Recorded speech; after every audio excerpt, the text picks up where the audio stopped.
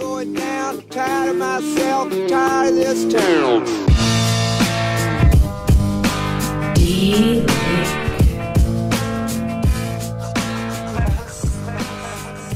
Eminent Waste of Time, presented by CW Motorsports, episode 64. I'm Doug. And I'm Chad.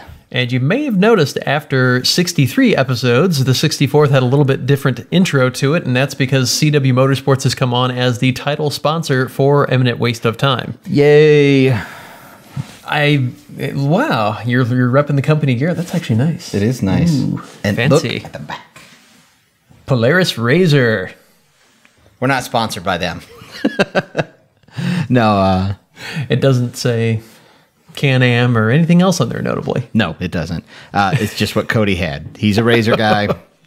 I've been trying to get a hoodie from him for a while, so I finally got one when I was over there 2 days ago. Well, speaking of him being a Razor guy, we kind of wanted to fill you guys in on what exactly CW does. We've talked about them before, but now that they've stepped up and they're playing a little bit larger part in the show here, we wanted to spotlight them a little bit here at the beginning. Yeah. They do a whole lot more than what most people think. A lot of guys know that Cody from CW, that he does used Razor parts, which he does, and he has everything you'd pretty much ever want and or need. Yeah, for sure. But also what they do is they do rebuilt engines. They rebuild them themselves. They have a guy that I think that's all he does, and he seems really good at it from what I saw of him doing. They have used machines also, just kind of what he has on hand at the time over different times. He doesn't specifically stick with Razors. It's like right now I know he's got a Can-Am and he's got an Arctic Cat. He's got a Razor and he's got like four-wheelers and a couple dirt bikes and even a couple street bikes. So he's got a spattering of all kind of just used vehicles as well. They also rebuild diffs, the front and rears, and they rebuild transmissions. So if you have any problems with those, it's definitely the people to get a hold of. And of course, we've talked about before the back half cages. They do that as well. So they're kind of in a little bit of everything, pretty much anything you need. And they even do custom work as well. In fact, right now, Cody's got 4 brand new Turbo S's in the shop. Turbo 4S, S4. Whatever the 4-door one is. The big one. The bus ones. Yeah, the short bus. He's got 4 of those in the shop that he's doing fairly extensive custom work. So the customer had some pretty demanding specifications for what they wanted the bumper to look like, and light pods, and a whole bunch of other stuff. Sound systems, winches, bumpers, wiring. I mean, they wanted the full Monty setup on these 4 brand new machines. And Yeah. so Cody is doing all of that as well over there at CW. So yeah, they do that. They got their hands on a lot of different pies. And they also carry, I guess a lot of people didn't know it, and I just never thought about it. They're a dealer for many of the aftermarket things out there. You know, they sell new wheels and new tires and Absolutely, yeah. oils and batteries and brake pads and cables and everything you would ever need for basically dirt bikes, quad, side-by-side. They sell it. So they're kind of your one-stop shop for everything. So that's just a smattering of what they do. If you're interested in checking them out, you can find their sponsor information on our website, eminentperformance.com, or if you go on Facebook and look up CW Motorsports, you're going to find them as well. Yeah. And if there's multiples on there, which I don't think there is, they're the one in Effingham, Illinois, not the one in Sacramento or someplace like that. So, no, good people. They always treat you fair. Their engine program is second to none to me. We'll maybe get to that in another episode and talk a little bit more in depth about that. But they give you a warranty. They cover. They have thought it out and they have it covered soup to nuts. You don't have to get it and hope that you got everything right. The thing I really like about it is you order a motor from them and the shipping is included both ways, one flat fee. So you pay the fee for the motor, you get it, you pull it out of the shipping crate, you put your motor in and put their label on it that they've already given you, and everything is done. I mean, there's no thinking about it. There's no figuring out how am I going to freight this motor back. There's no dealing with UPS, and UPS says, well, you can't ship a motor or we're going to charge you $300 because it's got oil in it or They've something. already covered it. They've taken care of all the guesswork, taken all that out of the way, and just made it a literally pull and replace type of operation. Right. One price, you're done. To the point where, so if I got that, I can then schedule a pickup with UPS, or I don't know if they use FedEx or UPS or whoever they use, but anyway, I can schedule pickup with the shipping company. Or if you don't even feel comfortable doing that, they say call them at CW Motorsports and just tell them it'll be sitting on my porch on this day. They will schedule the pickup for you. Yeah. You don't even have to do anything if you don't want. And we're definitely going to go more into depth about that at a later date. But just wanted to give you guys a heads up what the change in the intro was all about, and also just what CW does. And they've been a huge supporter of the podcast since they found us about halfway through the first season. Yep. And just really, really glad to have them on board. And not just money. I mean, they're a supporter of the whole industry because it's what they all do. Yeah. And Cody races. I mean, he's involved. He's not just he's not in it for money only. I mean, he's got to make a living. The guy has to. You know, there's that whole food and having a place to live thing. Details. But no, he's in the hobby because he enjoys the hobby. I mean, I think if he didn't have the company of CW Motorsports, he would, I'm sure, would still own a Razor. He'd still race and he'd still ride. Absolutely. So they're just like all the rest of us over there. They just like the hobby, they like doing it, and they luckily have found a way to make money doing it. So, well, hopefully you've all listened to that and haven't skipped 5 minutes in. maybe not. If you have, welcome back. But the rest of our sponsors as well, we've got TGM Off-Road, Spanx Fab, and Watch Communications, who's been generously hosting the podcast and our website for well over a year now. Yeah. In fact, they were, I think, the first major sponsor we had of the show. Yeah, I mean, the other people... They stuck around. They were there for us. Yeah. So we appreciate it. We're really excited to be here, and just the studio is ours today. They are that garbage truck that is holding all of the junk. Finally got the studio to ourselves. Yeah, look at that. No interlopers. No, actually, it's been fun to have people over, and we've got a bunch lined up for 2019. Oh, Doug and I were talking about this earlier today. We are going to... I don't know if we'll do it today, but sometime in the next week or two, while it's kind of the holiday season, we're going to sit down, and we have so many things that we already know of on our calendars that we have to start lining them out, saying, okay, these races we can make, these events we can make, these there's no way possible. Actually, one of my tasks for today is I'm going to make a Google Calendar and share it with you, and it'll be pre-populated with MWXC and AXCC and IXCR and whoever else is out there and other special events we've already talked about. And that way we can look at it and see just how insane it is and which ones we need to pair off. Yeah, we're as much as I don't want to, we're going to have to turn down events that we can't make it to. Yeah. Because on top of all of these events that we're talking about, we both have families with... We do? Well, yeah. I mean... When have I seen mine? Not very often, but... yeah, so I mean, you know, we got kids and wives that require attention and... have not left us yet, which we're trying to avoid. Yeah. So, and, you know, my wife, she is not a thrill seeker, as you know, Doug, and... anybody else who's met her. She married you, so I'm not... Maybe that was it. That was the one thrill-seeking thing she did. Well, it burned her, so she's learned her lesson, I suppose. So she doesn't even particularly like riding side-by-side. She'll ride in mine on our property if I'm going to my parents or my sister's. But that's not her first choice even. No. So she doesn't enjoy going out. She thinks, like, me driving through the backyard is too fast, and... I've never even pushed a thing to the floor with her. But, so I have to find time to do all this without my wife because she generally doesn't want to go to these different places. So it gets tight. You guys understand. We're just going through all this to say we would like to make your events that you guys send us, and we're going to make our best efforts to. But if we turn you down, it's not a personal thing. Yeah, we can't do everything out there. So these are good problems to have, though. It is. I mean, it's great. I love going to all these things, and it's fun. And then when we get back, we have videos to produce and make. And yes, indeed. It never ends. It's like this is a job. What do they say? If you enjoy what you're doing, you'll never work another day in your life. I'm also not getting paid for it really right now. That's why it's not like work. Oh, yeah. Whatever. Hey, we're keeping the lights on, sort of. With the other jobs. Oh, well, there is that. So, speaking of upcoming winter plans, I don't have a lot going on my forefront, namely because it's a lot of my Christmas is going to entail going up and seeing my folks and my wife's folks and all the family we've left behind up north. But you burned up a lot of your vacation time doing that stuff. And you started a new job. Well, you've been there a couple months now, right? Yeah, October 1st. But while they do have a very generous vacation policy, you accrue it. You start at 0 and you accrue time as you move. So by this time next year, I'll be trying to figure out how to use the rest of it. Like I do. But I'm not quite there yet. So yeah, you'll get there. That's how it is. But you do have some riding plans. Yes, I do. I'm going to see a couple racers first.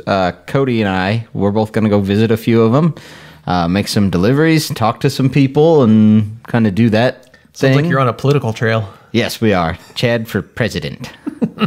Let's not do that. Given the last 12 years in this country, I'd vote for you.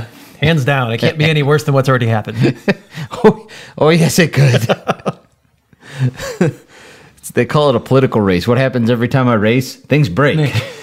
Yeah, it could get worse.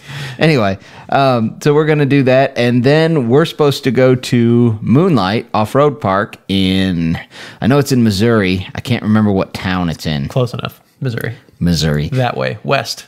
If you search for Moonlight Off-Road in Missouri, you will find it. But Cody and I and a couple other people are going to go out there, and I think we're going to ride there for New Year's Day, maybe the weekend before. It just kind of depends how cold it is. And we're going to do that. So that'll be good. I want to extend the invitation if you guys are in the area or whatever. If you're not in the area and want to travel. Yeah. Call Moonlight or call a local hotel, find you a place, and come out and ride with us. I mean, we're not doing anything special. We're just going to hang out and ride. Come on out. We'll probably end up shooting some show footage and other stuff too, so... Given the group, I will put a disclaimer out there that this will not be a 15-mile-an-hour jaunt through the woods. This will be 50-mile-an-hour jaunt through the woods. Yeah, everybody that's going likes to ride and ride fairly fast. So if your preferred riding speed is like 20 to 25, you're probably not going to be happy. You can hang out with us after you catch up. Yeah. But yeah, I just thought I'd throw that out there. It's a worthwhile disclaimer. I think all of us that are going kind of know how each other ride, and we're perfectly fine with riding those speeds, but I guess others don't necessarily do that. Exactly. So, yeah, we're doing that. I did talk to the guys at Harrison Power Sports, and their spring ride is on. They don't have a firm date yet set, but we're going to try and make that. Well, being sometime in March, early March maybe? It was either March or February. No, it was in March. Yeah, that's true. Northern Michigan in February is a death sentence. It was still cold when we went up there beginning of this year. It was, like 12 or something? Yeah, it was not fun. Well, it was a lot of fun. You just had to bundle up. Yeah. You had to know. As long as you had the right gear, you were fine. I don't remember being cold, but... You were so cold, you couldn't feel it anymore? Either that or my brain just, blocked that portion out. No, actually, I was fine, too. Had the Carhartts and the whole nine, and I was fine. Yeah, I was telling Cody about that the other day, and he goes, "Did you have a windshield on?" I'm like, "Just a little half kicker windshield." He's like, "Wow." Meh, whatever, I mean. But if you're looking for an early season ride, probably in the March window, up in Michigan. It's midway up Michigan, Harrison is. It's a little over halfway up. Yeah. We'll get you an exact date as soon as we have that, but kind of pencil that in maybe for the second or third week in March, and try and be cognizant of that coming up. But it's a great event. It is. And there were a ton of buggies there last year. It was a lot of fun. They raised money for, I can't remember what the foundation that they raised the money for from that. Do you remember off the top of your head? I don't, unfortunately. But it's it was Make-A-Wish. It was Make-A-Wish. That's what it was. So it's not just like they're having a spring ride. They're raising money for for Make-A-Wish, and it's good. I mean, it's an early ride for the season, but it's for a good foundation, a good cause. And we've talked a little bit on the show about the trail system up in Michigan. It really is second to none. I'm going to go out there and say there's really nothing else like it in the United States in terms of just the breadth of it, how many miles they have, the way it's maintained. Yeah. So it's just a really neat experience because it's just miles and miles and miles of pretty well taken care of, well-groomed trails. And I don't remember feeling beat up at all on that. I mean, my Razor's got good suspension. That's what we took up there as my XP Turbo. But there were Arctic Cats, the Prowlers. There were There's some Yamahas. Razor 800s and stuff. I mean, you don't stuff. have to have a fast machine or an awesome machine to go up there. These guys were running the pace we were running. We weren't running a super fast pace, but it wasn't a slow pace either because the trails are wide enough. They can handle that. And they actually had two groups. They had a fast and a slow group. So if you really just wanted to take your time, you had an option of going with the second group. Yeah. Which was a nice way to handle that as well. Yeah, it did make it really nice because the people that either the machines aren't set up to go fast or they just don't want to ride fast. That's just their style. There's a good option for them, and they don't feel like they're holding up the whole group, and the fast guys aren't like chomping at the bit, bumping them on the back end, going, come on, I want to go faster. And this seems like it goes without saying, but we're going to throw it out there anyways. Fill your rig up before you leave. There's a story there because several people didn't. I had a Rotopax with me. I knew I probably had plenty of fuel, but I always like to over-prepare. That's kind of how I do things. I had to split the contents of a 2-gallon Rotopax between two people to get them to the first stop.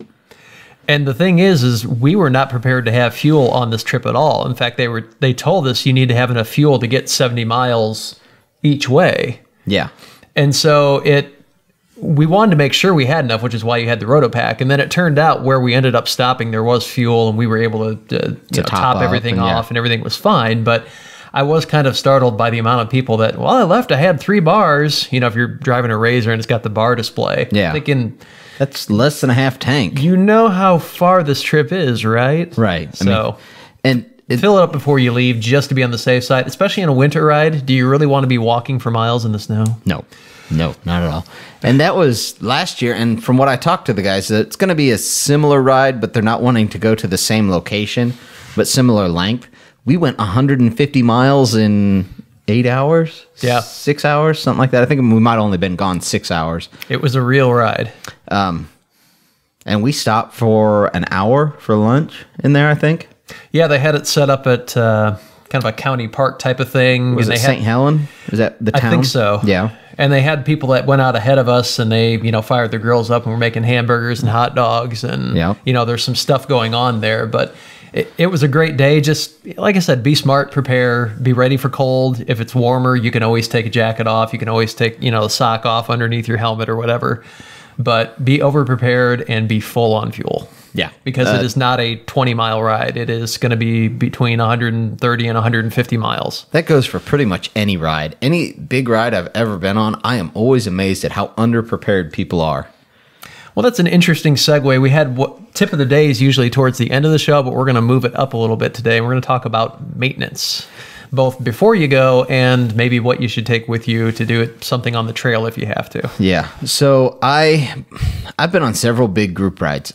I'm not a huge fan of big group rides because, like Doug referenced, I tend to like to ride faster. And with big groups, you just really can't. A lot of times, a full day with a big group is 50 miles, 60 miles. And it's hard when you have a mixed group of people. Like, people Right. like to ride slow and fast. When I was doing some of these big group rides, I actually wrote up a whole document of what people need to check. I don't have that here in front of me, but I'll kind of run down through some of the things, and then Doug can maybe either pick up the things that I missed or other things that I just didn't think about. So one of the things I always told people to do was check your tires. That doesn't mean just check the air pressure in your tires. Check and see if they're dry rotted, cracked, checking that you have adequate tread for what you're doing. Most of the time you don't want bald tires. Now there are situations, sand, where you kind of do want bald tires. You don't want them to dig if you're not putting paddles on. But check your tires. Check your fluids. Now a lot of people think check the oil. No, that means check your front diff, your rear diff, your antifreeze, your oil, if you have separate transmission fluid in it. Check all of your fluids. Your brake fluid, that is one that people leave out all the time. And It just goes bad. It needs flushed sometimes after X amount of time. And one that kind of gets overlooked, it's not as common anymore because most batteries for UTVs are completely sealed, but occasionally you will come across one of these bargain basement cheap Walmart style batteries and they have caps in them. You need to check and make sure the water level's okay in that battery. Don't put tap water in them. No. You can go to Walmart and buy a gallon of distilled water for like 98 cents. Yeah. That's what you want to use. That's what you want in it. So yeah, you want to check all your fluids. Thank you for Doug reminding me on the battery one.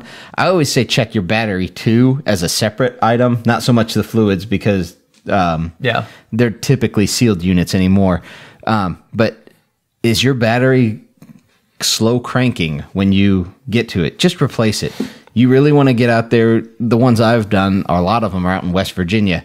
You are a good 30, 40 miles from anything, and I mean anything. Yep. Do you want to be the one who doesn't start? No. No, not at all. So check your battery. Check all your suspension components. And I'm kind of going to blow through these real quick, but check your ball joints, check your bearings, check your tie rods, inner and outer, both. Just get the thing up in the air, shake everything around, make sure it's good. Yep, absolutely. That goes a long way because if you lose a wheel out in the middle of nowhere, it's really hard to get back. Yeah, it is. So that's something that a lot of people don't check. They just think, well, it rolled fine last time I was in it. You think, but who knows? One of the other things that I think a lot of people don't look at is if there's a leak, it's a leak. It's fine. They all leak. I put fluids in, they come out, whatever. That's how you know that you've got fluids in if they're coming out, right? It's not good. And I know sometimes it's really expensive or time consuming to address the leaks, but I'll say this. If you have time and the resources to fix a leak, fix the leak. Yes. Sometimes that's not possible. I completely get that. If it is not possible, know where the leak is coming from and make sure you have fluids to replace. Even if you think, it'll be fine, it doesn't leak out that much. What if the leak gets worse? We'll say it's an oil leak. Yeah. And you're like, it only drips a couple drips on my garage when I come back from a ride and I park it. What if this gets worse while you're riding? Bring oil then to fill it again in case you need it. Now, from a pre-check thing, that's pretty much all I have to check, and I'll go on to the next bit afterwards, but is there anything else you can think of that I left out?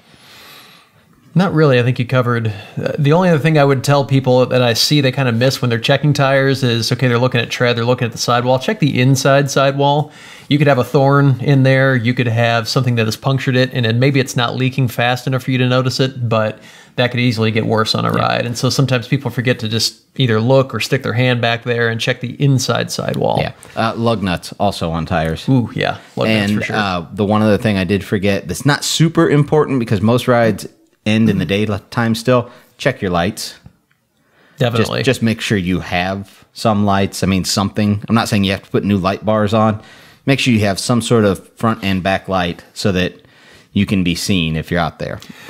The other thing I like to check, you mentioned battery, and we talked about water levels. And while you're in the battery, obviously you're checking the terminals for corrosion and that kind of stuff and cleaning them up as necessary. If you don't know how to do that, it's quick. Just put some baking soda and water together, dump it on there. It'll eat the corrosion off, rinse it, you're done. Yeah. But also, if you've got a winch, check your high power connections on your winch to make sure that they're not corroded and that they're not loose. Mm-hmm. Same thing with light bars. Just kind of give your electrical system a quick check on the big high voltage or high amperage stuff, I should say. If you jiggle the wires when it's on and it flickers, that's bad. That's bad.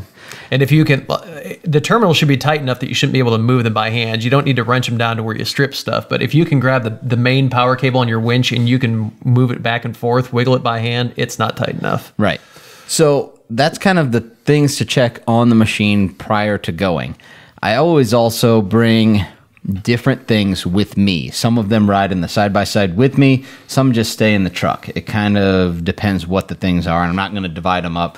And I'll kind of try and run through them as quick as I can. I always like to bring any spare parts that are known to be a breakage point. So if I have spare axles, I'll bring them. I won't bring them necessarily with me. Some guys have nice carrying things. Do you bring a spare motor? No, well, I did. I was going to say I haven't blown one of those up, but I have. But you have. So I always try to bring a spare axle. Sometimes I bring it with me, depending on the train and the group I'm riding with. But a lot of times I'll just leave it in the truck. I bring a bag of tools. Now, it doesn't have to be super complex. I mean, a set of ratchets and like a hammer and some screwdrivers a lot of times and some wrenches, and that'll get you in.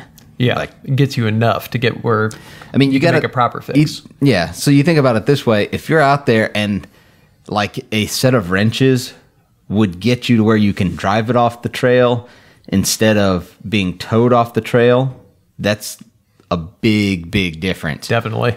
So a set of tools, I almost always bring spare gas with me. Not because I have ever needed it, but because others always seem to need it. And that goes back to Doug's point of, bringing enough or filling up. But sometimes the ride just goes longer than your machine's tank will carry you. Yeah. And it's not a problem. Even the guys that we gave fuel to on the Harrison ride,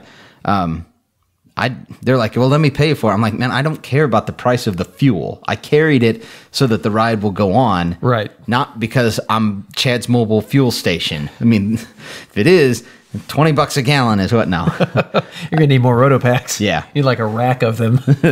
Pay for that razor. But no, I mean, make sure you fuel up. And if you have a way, now Rotopacks is a very expensive way to carry fuel, but it's also a very secure way to carry fuel. I'm not saying everybody needs to do that, and I'm definitely not saying don't just like toss a 5-gallon can of gas in the bed of your razor. Not a good idea. If you're going to carry fuel, make sure it's a good solid way to carry fuel, and it's meant for that, not just like a can that you would put in your garage. That's not cool. No, we've made a couple jokes in the past about razors burning to the ground, but honestly, most of those fires were caused by people carrying a gas can rolling around in the bed. And if you look at the construction of your razor, if that gas leaks through, it's going onto the top of your hot exhaust, or in your case, your cherry red hot turbo. Yeah. It's going to ignite. Well, and bad wiring also is a cause. And I don't mean bad factory wiring. I mean bad people wiring. People that wire them poorly. Exactly. Undergauged wire, bad connections, whatever. Overdrawn on things. I mean, there's all kinds of stuff. So carry it in an approved manner. I know the Rotopack looks expensive, and it is, but it's also really, really safe. If you're going to do long rides, it is hands down the best way. It is not the cheapest way to carry it. I will 100% agree, and some people just don't have the means to get that type of system, and I understand. I mean, right. we've all been in these places in our lives where it's too expensive to do something, so I get it. So yeah, fuel, tools, spare parts. If you have a spare tire, throw it in the truck at least. You may, if you have a way to carry it solidly in the rig, carry it. Even better. But so that's kind of the main things, and now I'm going to subdivide that even. If you guys are going with a big group, talk to the group, because I could be the guy who carries the tools, Doug could be the guy who carries extra fuel, someone else can be the guy who carries the spare tire. I'm assuming that there's a lot of razors out there, there's a lot of X3s and Can-Ams. A lot of these share the same bolt patterns, not the razors to the X3s, but my razor shares the same bolt pattern with many other razors. Right. So we don't all have to carry a spare tire. We don't all have to carry an axle. If I can carry the tools and you can carry the tire, we can share that. Exactly. The chances of us both needing a tire at the same time are slim. We can probably, make sure we behave enough to get back to the truck and grab the other spare tire that I would have brought or something. Can you? Can you really? I can try. And I can drive it back on 3 wheels too. So that's kind of like my prep that I bring. And ask Doug, we go to these races, and I may not even be racing, and I got a crew cab truck, and the whole back is just filled with tools and parts and things. And we're not talking the bed. We're talking the back seat as well. Yeah, like everything. I could rebuild one right there. And it's funny. I always think, what? Everything you've brought, we've used every one thing at some point. Maybe not all in the same race or ride, but everything you brought at some point has gotten used. Spare oil is something I always bring. I bring enough to change the oil on my machine. Not the filter. I normally don't bring a filter, but I bring enough spare oil to change and I normally bring a couple gallons of coolant, because if you lose a radiator, you can fix it with some JB Weld overnight. If you don't have coolant, I mean, you could run water, but if you're running in the winter, you don't want to run water. Yeah. I'll bring fluids. But yeah, I mean, even at the races, I brought a couple gallons of oil, and that has saved the race because we had a generator that used oil. Yep. And it was the start line one, and they're like, no one here has oil, and the company that normally came that had oil wasn't there that weekend. I was like, I have a gallon of oil in my truck. Go grab it. It's in the bed. Fill the thing up and whatever. The Rotella 1540 is good stuff. It's easy to come by. You can buy it anywhere, and it comes in gallon to gallon and a half jugs, depending on the size you buy, and it works. Yeah. So I always throw oil in the bed of my truck and bring that. So a couple other small considerations because they've gotten so cheap now. They've got the jump packs used to be big, bulky, lead acid one sitting right disasters. over there. Yes, you do. I carry that in my truck all the time. But they're small enough now. They're lithium-ion based. They'll start a full-size truck, let alone your Razor or your Can-Am. I have one of the little ones, like what Doug's talking about. It's like a big cell phone, or Yeah. It's slightly bigger than a cell phone. I have started a bulldozer off of it. Yeah. And it works just fine. For those of you that are old enough to remember Walkmans that played cassette tapes, it is that size. It's that size. And it starts a bulldozer, starts a Razor, I've started a diesel truck with it. It'll do it. I mean, they're amazing. I don't know how they do that, but they do that. Well, because it's, instead of being dumped all at once, it basically dumps a charge for a couple of minutes before you start it, as opposed to the old ones were just based around like raw, start it right now. Yeah. But they're small enough, they easily fit inside the glove box in your Razor. So if you got it in your truck, throw it in there, because you might make that guy's day who didn't check his battery, didn't do the test. Or he just lost a cell. I mean, it happens. I'm not saying everybody who breaks down on the trail is irresponsible and didn't check. No. Sometimes things happen. You hit a bump just right, and a cell collapses, and that battery is basically shorted and won't start now. That'll at least get you started to get back to where you need to be. They're cheap. You can find them Black Friday. They're $25, and normally they're no more than 40 anyways. Yeah, you can get real nice ones for about 100. But I mean, yeah, well worth it. Plus, they have USB ports. You can charge cell phones, and they have flashlights built into them, so that kind of takes care of that. That's flashlights normally in my tool bag also. Yeah, but most Razors have lights, so if you're riding with a crew, someone can point their lights. But I normally have like a little strap-on headlight that I put. But getting one that, spending a couple bucks, like you said, and getting one that has USB ports on it in case your phone dies and you need to get a hold of somebody. I mean, it's just a really... It's cheap insurance. It's cheap insurance. And the only other thing I would mention that's cheap and you can throw in your glove box if you're going on a cold weather ride is, you've seen the little Mylar space blankets. They come in a package that's like the size of a box of matches. Yeah. They're tiny. But if somebody got wet, they fell in somewhere or something happened or somebody becomes injured. Yeah. Those things can be, quite honestly, a lifesaver. They only cost a couple bucks. You can find them almost any camping, section of a store. And that could really keep somebody from going into hypothermic shock or something like that. And it's something you leave you buy it once, you leave it in your glove box. You may never use it, but you have it. You've got it in case you need it. I normally grab, and Doug's seen them and he'll remember it as soon as I say it, the Scott shop towels, the blue ones. Yes. I always have a full pack of those with us. Yes, you do. And even if I don't bring a whole roll with us when we go out, I'll unroll 10 of them and just cram them in the glove box. They may just be padding for everything else beating around in there. I'm just picturing you with your Razor and like a paper towel holder like mounted to the roof, and it's just hanging there. It's unrolling them. No, I mean, and that's one of the things that is not like, because I mean, I can pick up some grass and kind of wipe the grease off my hands enough to get going. But it's nice to have when you're out there and you've tried to change an axle and your hands are greasy. I can wipe my hands off now and we can get back to doing what we're doing, and you're not like paw printing the interior of your Razor with everything. Exactly. So that's kind of some things. And I think one of the reasons that I like bringing this up in this time of the year is now is the time to address a lot of this. Exactly. Don't wait until, if the Harrison Power Sports ride is your first one in March or something like that, don't wait until March to do it. You have off time now. I mean, you're not riding as much likely right now. And with Christmas coming up, honestly, if you're looking for ideas for your list and you thought, you know what, I don't have one of those little jump packs. It's an inexpensive thing you can throw on your Christmas list, and now you don't even have to buy it. Somebody's going to get it for you. Yeah, it's stocking stuffer sized, really. Yeah.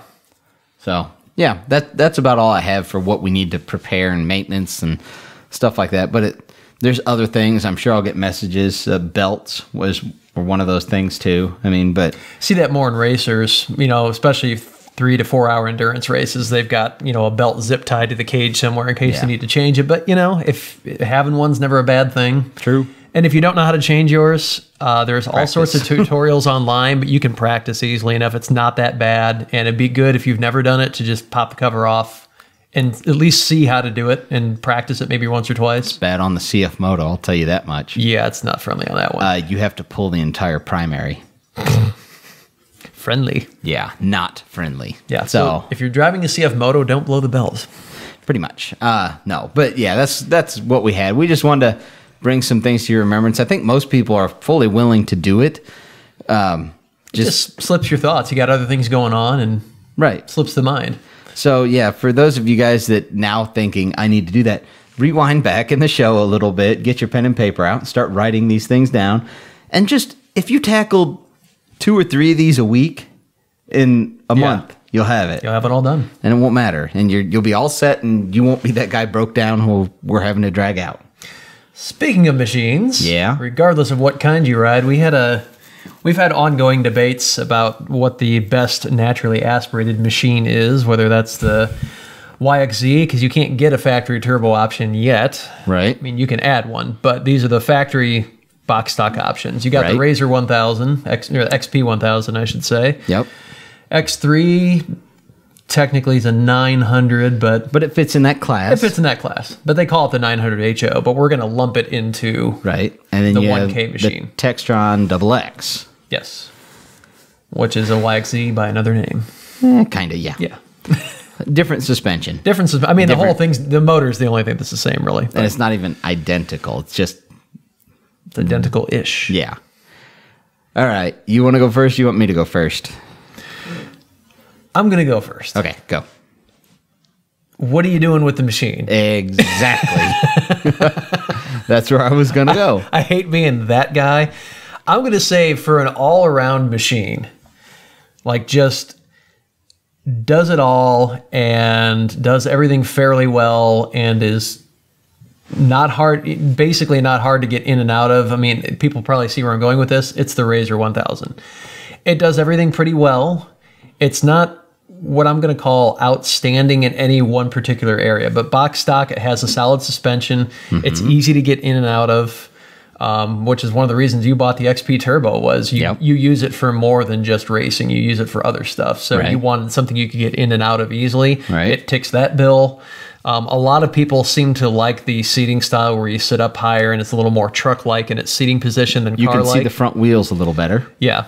So I think if you're just looking for a general purpose machine, it's kind of hard to go wrong with that. If you're looking for something that's a bit racier, the other 3 players, the YXZ, the XX, and the X3, it really comes down to, do you like the seating position? Do you like your sight lines? You almost have to sit in them to know. I mean, I know for me personally, if I was just going to go out and plunk down money today on one, and I wanted something that was a little bit faster, a little bit racier, for me, it's the YXZ. Okay. I can see that. I mean, there's no right answer to any of these. So I like the stance. I like the way it looks. I like the fact that it's not belt driven. Not that the technology hasn't been proven. Obviously, Can-Am's got that down in the X3. Right. I mean, 4-hour endurance race and the belt looks fine at the end of it. They've figured that out, and there's almost all the UTVs out there are belt driven.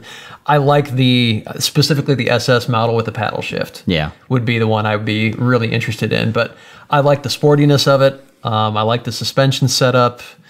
And I don't know, it ticks a lot of boxes for me. It's one of the machines that just makes me smile when I see it, and I haven't driven it versus an X3, so I couldn't tell you. I mean, I may totally reverse myself if I had been behind the wheel of both. Yeah. But, just based on what I know of the machines, observations, having ridden in them, that kind of thing, I think for me, NA, I would go YXZ.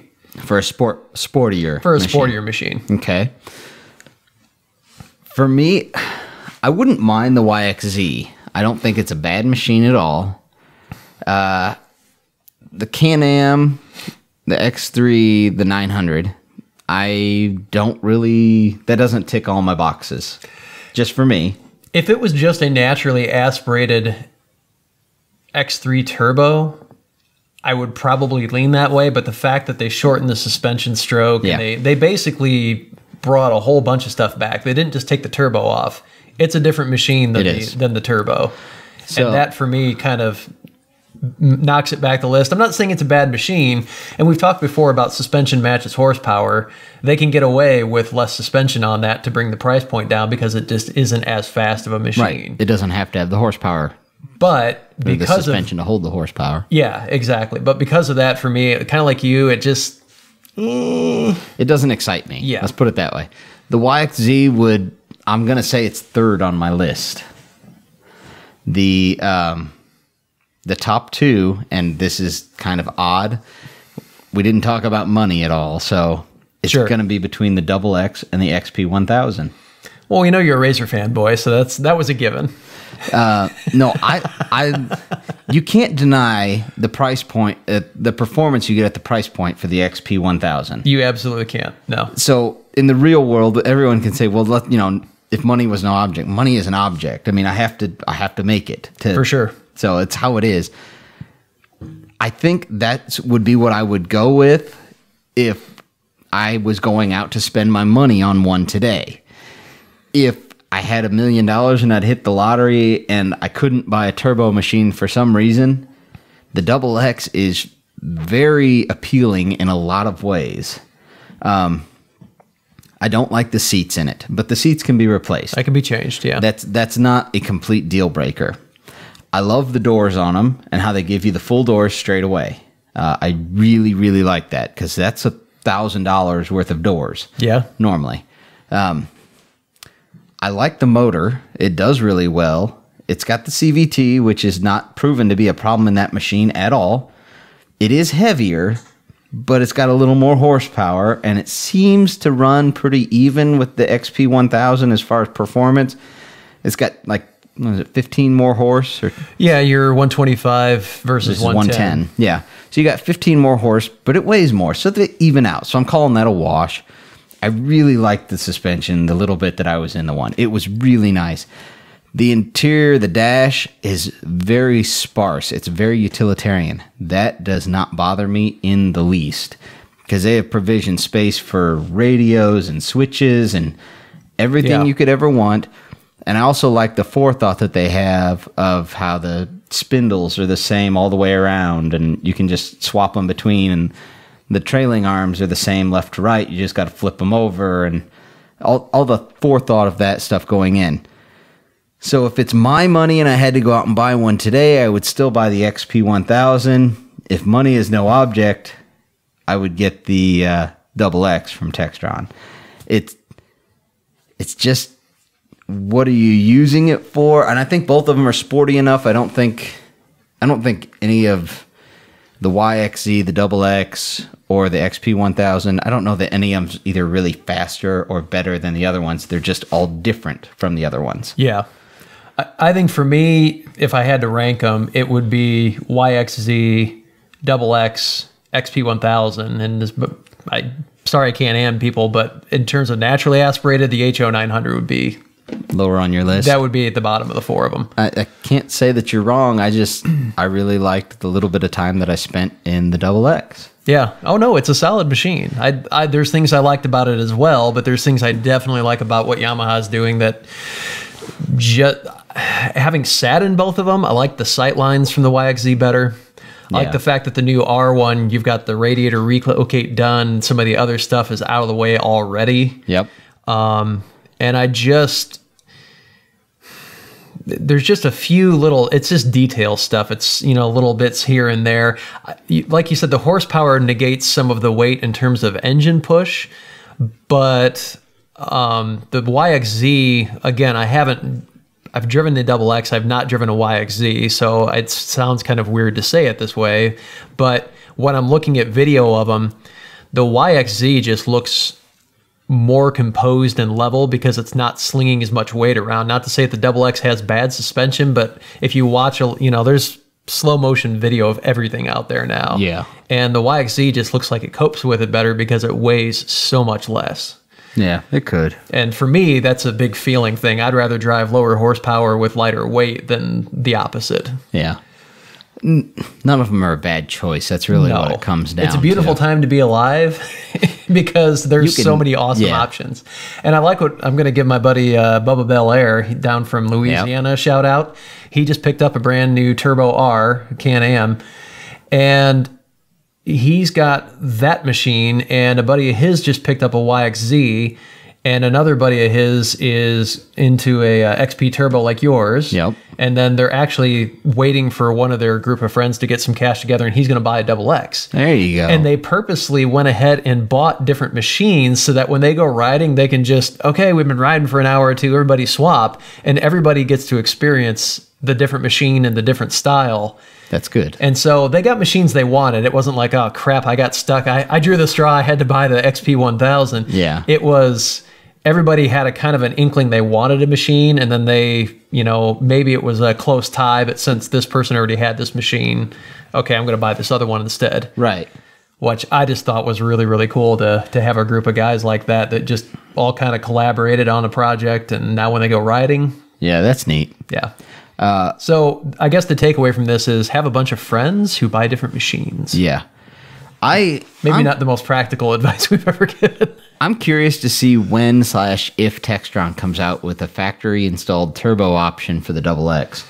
I think that's going to be a legit contender, not counting the price point because I don't know what it would be, for the X3 and the XP Turbo. Oh, I think so too. It's going to be... I think you get the grunt up from 125 horse up to like 180. Yeah. And oh man. It'll be impressive. Yeah, for sure. So, yeah, I'm excited to see where it all goes here in the next few years, just in general. Because, I'm pushing nearly 200 horse with mine, with just a tune and a few little things like that. How much more power do we really need? The top end of my horsepower is nearly unusable in the trails. It just is. Well, even talking to Matt Rowell last week, he's got stock 172 horse right now. He said it felt like enough at first. He could use a little more now, but even he was saying like 200. He's like, I don't realistically think I could use more than 200. Right. At least not for XC racing, which is what he specializes in. Yeah, you get out in the open tracks, short course stuff. Yeah, you could... Or sand or something. Sand, yeah. You could use a little more. But we're saying for the normal rider, you just don't anymore. And if you're not an experienced racer, 172 is a handful. Yeah, it can get away from you for sure. So... Well, I know you have trivia because you forgot my trivia. And during the lead up to the show, we're both sitting here on our phones. I'm getting a couple documents together, and you're messing around with trivia. I don't know why I spaced it. I was sitting there, and we're getting ready to start, and all of a sudden I go, I forgot to pull your trivia. I was like, okay, give me 5 minutes, and it doesn't take me long to get it, but I got your trivia. We can be trivialized now. Yes, we can. So are we at that magical hour already? It doesn't feel like it to me. Yeah, we're right in the 50-minute range right now. So by the time we do this and the other will be over an hour again. Okay, we're going to have to wrap it up quick then. Okay. Question number 1. What is a group of larks called? Like the bird, a lark? Group of larks. A lark. A lark of larks. No, they are called an exultation. I just want to know the why behind these. I don't know. I should have probably had more background information, but I should have also been prepared today. So yeah, stuff happens. We'll forgive it. Things. Okay. Exaltation of larks. Yes. Okay. Sure. Question number 2. What is Indiana Jones's first name? Oh, shoot. It is referenced many times in the movies. It is. Why am I'm blanking because you asked me. Because Indiana was actually the dog's name, right? Originally, yes. And then he kind of took over that nickname. Yeah. Oh, shoot. Well, I know his dad calls him Junior, so... Yes. That was a big explosion. There's a loud explosion outside. So if the lights flicker... If the world has ended, this is the last episode. I'm so sorry. This is how you're going out. Future world, this is what people do now. I'm completely blanking, so... I'm going to, as soon as you say it, I'll be like, duh. Henry. Yep. Dang it. Yep. So I haven't watched an Indiana Jones movie in like 3 years in my defense. I love the series. I'm like you anymore. I don't have time. Yeah. Like to sit down for 2 hours is almost unfathomable. Last Crusade was my favorite. Indiana Jones and the Last Crusade. Yeah. That was my favorite one. So that was free trivia. That's like the pretty much only one. I mean, honestly, the other ones were all lower than that. Yeah. Temple of Doom was okay. There's lots. Raiders. I mean, I'm actually going to Ark. argue with you. Raiders of the Lost Ark, I really think is the best one. It was good. It was the original, wasn't it? Yeah. So it's really hard to beat the original. Yeah. That Crystal Skull one. God, Yes. that was so terrible. Okay. Anyway, we're not. We're not helping Siskel and Ebert ourselves here.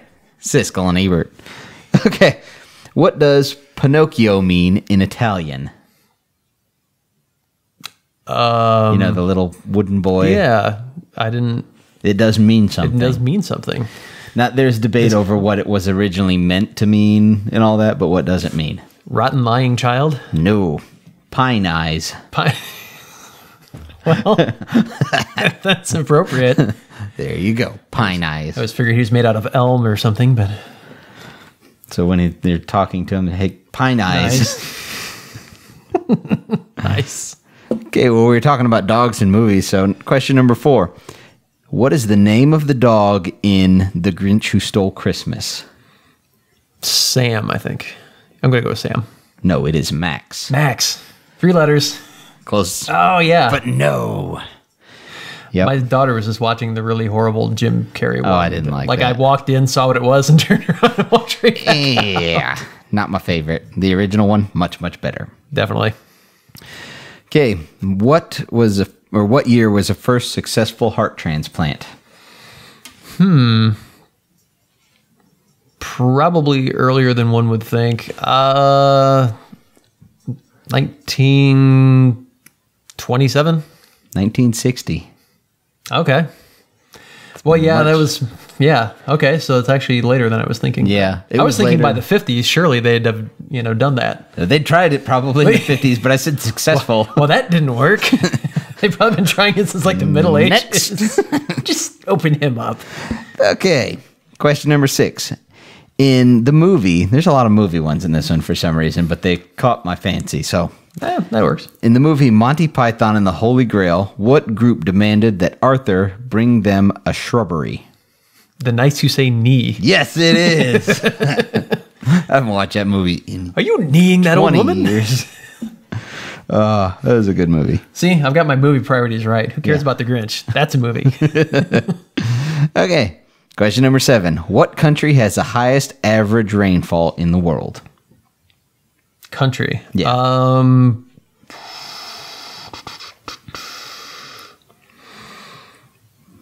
I was going to say something to influence your choice in the wrong way or the right way, but I won't. So, I don't know. I'll go with something like Bolivia. India. I would Really? I would have never guessed that. I would have said like I know Brazil they- with the rainforest. Yeah, that's what I was thinking, like Bolivia or something like that down Right. there. But Nope, India. wow. Well, I know they have a crazy like monsoon rain season, but It must be really crazy. yeah, like 100 inches this month. Yeah, I would have never guessed that. No, you kind of think of it as being humid and hot, but And maybe even dry. but you never associate it with like massive rainfall. You No. always kind of think of it as being, like you said, kind of hot and dry. Yep. Okay, question number 8. What was the first name of the main character in the 1986 movie Crocodile Dundee? There's 2 acceptables. They call him by one more often than not, but it's short for a longer name. Can I admit to having never seen one of those movies end to end? You need to sit down and watch them because they're pretty good. In all that copious amounts of free time you have. Yeah.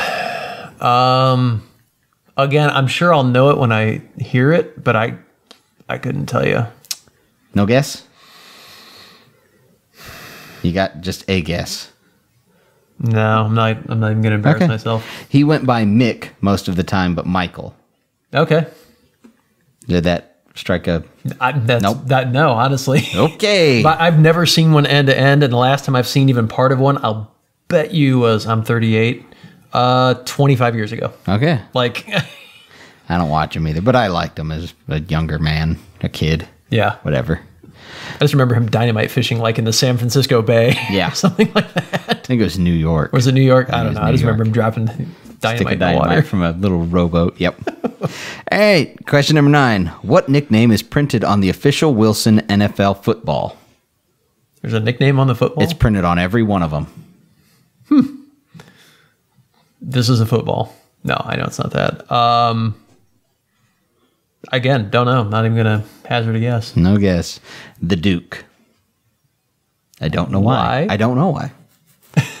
But the Duke is printed on. Okay. So I'm looking that up now. Yep. Not because I don't trust you. I just want to know why. Yeah. Okay. Question number 10. Last one.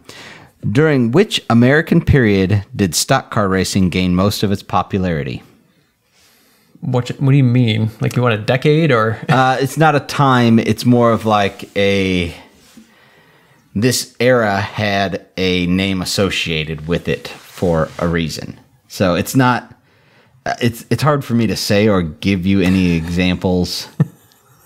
Well, okay. Worst trivia ever. So this is not the answer. I'll tell you that. But like an era, like they call one space of time the industrial era, when the industrial factories really started booming and everything else. Okay. So something along those lines, but it is not the industrial era there. Well, I'm going to go with Prohibition because that was an era and that's when stock car racing originated. You are correct. It is Prohibition. You gave me that look like, why would you guess that? Thanks. Just to Trying throw to you make me off. second guess myself. Doug gets nervous real quick because I'm giving him dirty looks. Well, because I'm guessing it gained most of its popularity in terms of racing probably in the like 70s and 80s, like in terms of number growth. Probably, I would guess you're right. But yeah. But that's not really an era. It's like post-hippie, crappy car era. Yeah, there weren't There's good nothing cars good. there. 70s and the 80s was that kind. But it wasn't. Well, there you go. So we have come There's to a show. We have come to the end of another show. We're going to end it one way or the other. Yep. We had talked about not doing a Christmas show, and now we are talking about doing one later this week. So I don't know if it'll be a full hour. It might be just a half hour type of thing. We'll just pop on, wave, say Merry Christmas, and we're out. We should wear Santa hats if we're going to do this. Satan hats? Satan hats. What if we did a quick one this week? We could get it out and it, publishes itself on Christmas. It's not like you and I have to get up and do it. It just happens. Can I play that instead of what my wife normally plays all day on Christmas, which is A Christmas Story? I like the movie, but you don't need to see it 24 hours straight. Every year, like she turns it on the minute that, I think it's TBS. Yeah, they run the 24-hour marathon. They start playing it, and she gets livid mad if I try and change the channel. Like, I hate the TV by the end of 2 hours in. Is the show just us sitting here watching Christmas Story, just eating popcorn? Yeah. For 2 hours or 90 minutes or whatever it is? Maybe we ought to do a movie review sometime or something. Oh, that'd be fun. You guys let us know if you would watch it. We're not going to watch the whole movie here. No, we'll watch it on our own time, or I'll come to your house and we can hang out that way. But yeah, let us know if you guys would watch that. We'll do one. I'll add stupid commentary, and maybe we'll have clips, and I'll do stupid voiceovers and get ourselves in trouble. Mystery Science Theater 3000. That was a great show.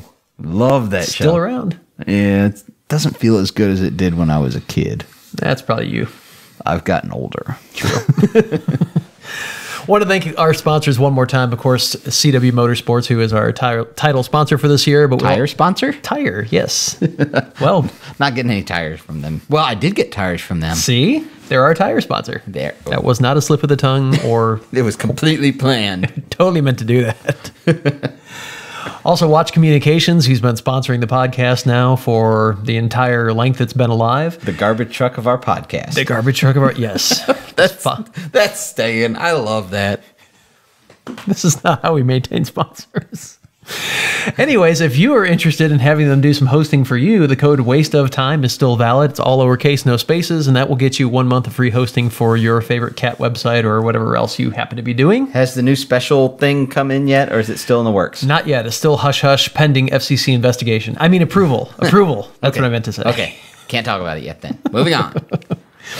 Also want to say a big shout out to Spangs Fab and to TGM Off-Road. We really appreciate you guys coming back on for another season. Yep. You can find us on the web at eminentperformance.com. You can find our sponsor information there as well if you need to know how to get in touch with them. You can find us on Facebook /Eminent Racing, on Instagram at Eminent Racing. You can find the video version of the show on YouTube. Just look for Eminent Performance. And you can find the audio version on iTunes, Google Play, Stitcher, and iHeartRadio. Yes, sir.